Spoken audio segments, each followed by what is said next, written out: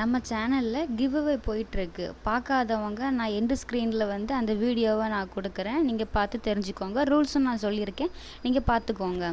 நம்ம சேனலை சப்ஸ்கிரைப் பண்ணலன்னா சப்ஸ்கிரைப் பண்ணி வச்சுக்கோங்க. ஃப்ரெண்ட்ஸ் அண்ட் ஃபேமிலிக்கும் ஷேர் பண்ணுங்கள். தேங்க்யூ, பாய்.